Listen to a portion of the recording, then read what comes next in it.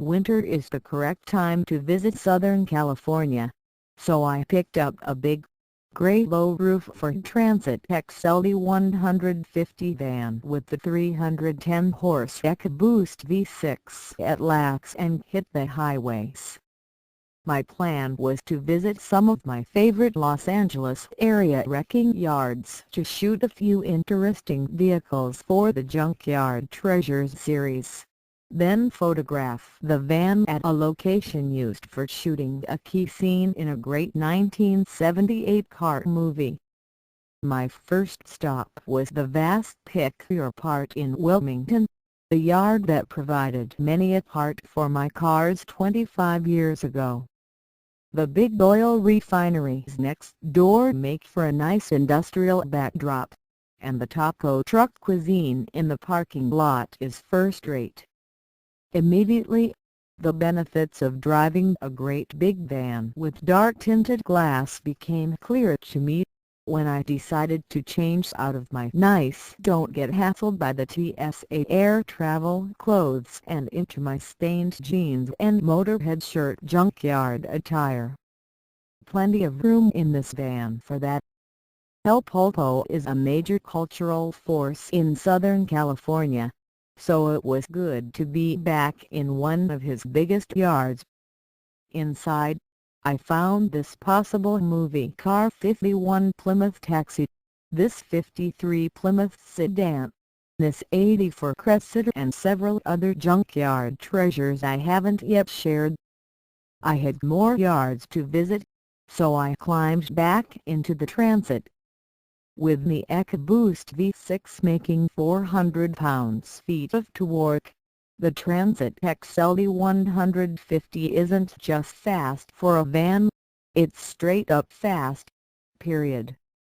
It will win uphill on-ramp merge races against most real-world competitors, and I'm sure it would still be fairly quick with a full load of passengers.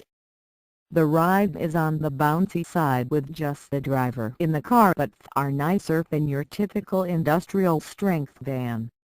I headed to the next wrecking yard on my tour, where I found a super rare rope drive Pontiac Tempest and a fully optioned 1984 Subaru Brat.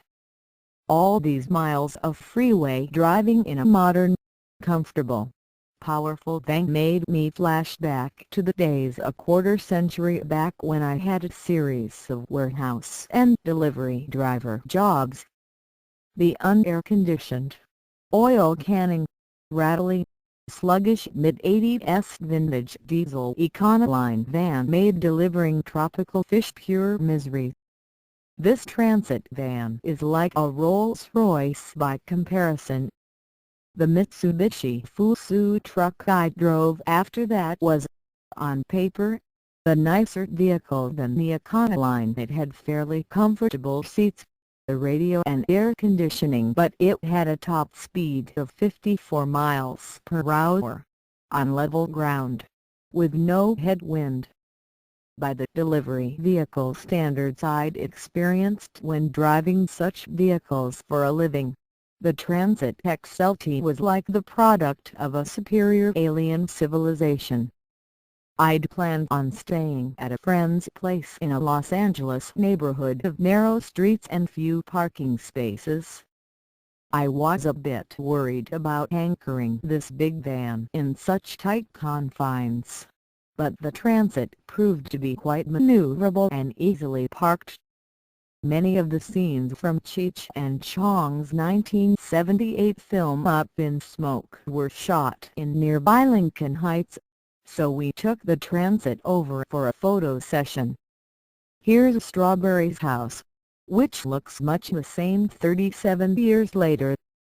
After several days in Los Angeles with the Transit EcoBoost, even with the absurdity of using an 8-passenger van as a 1 or 2-person urban transportation machine rather than, say, the little Mitsubishi I drove during my previous Los Angeles trip, I found this van to be a very pleasant vehicle to drive.